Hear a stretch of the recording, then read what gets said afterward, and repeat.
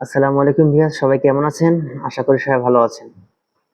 তো আজকে আমি যে বিষয় নিয়ে আলোচনা করব সেটি হচ্ছে ইউনিট।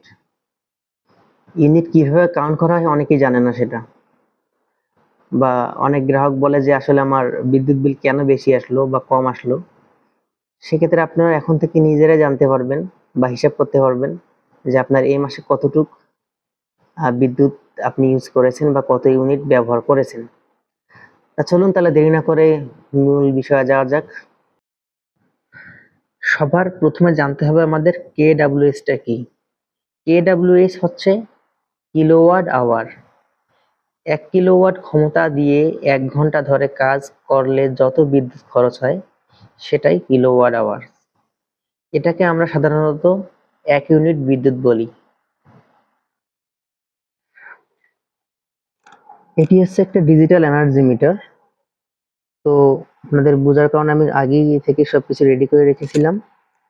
তো এখানে দেখা যাচ্ছে এই যে আপনার KWS এটা হচ্ছে আপনার ৬৭৩.৬। তো আমাদেরকে সবাইকেই দেখতে হবে এটা যে KWS যখন আসবে তখন আমাদের এই হিসেবটা নিতে হবে যে কত ইউনিট উঠেছে এখানে, যেখানে দেখা যাচ্ছে ৬৭৩.৬। তো আমরা ধরে নেব ৬৭৩টা আমরা কাউন্ট করব। তো আমরা ৬৭৩ ধরার পর আমরা দেখব যে আপনাদের গত মাসের বিদ্যুৎ বিলের কপি।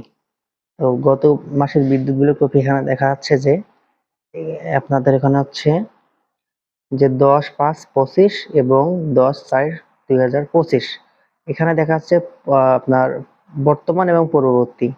তো আমাদের বর্তমান কত আছে এখানে ১০/৫/২৫ ১৫০ ইউনিট, আর পূর্ববর্তী ছিল আপনাদের ১০/৪/২৫ ছিল ১৩০ ইউনিট।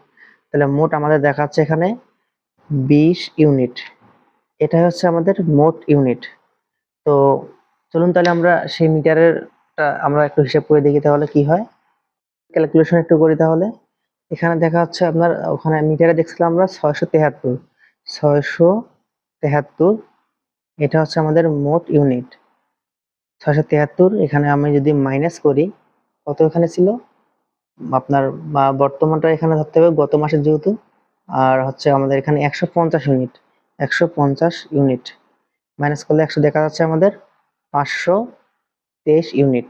তাহলে আমরা দেখিয়ে নেব হচ্ছে ৫২৩ ইউনিট আমাদের বর্তমান মাসের ইউনিট। এটা হচ্ছে মূল বিষয়। তো ভিউয়ার্স, এখন থেকে চাইলেও আর বিদ্যুৎ অফিসের লোকেরা আপনাদের ইউনিট বেশি নিতে পারবে না। তো যদি ভিডিওটি ভালো লাগে অবশ্যই সাবস্ক্রাইব করবেন, পাশে থাকবেন। ধন্যবাদ।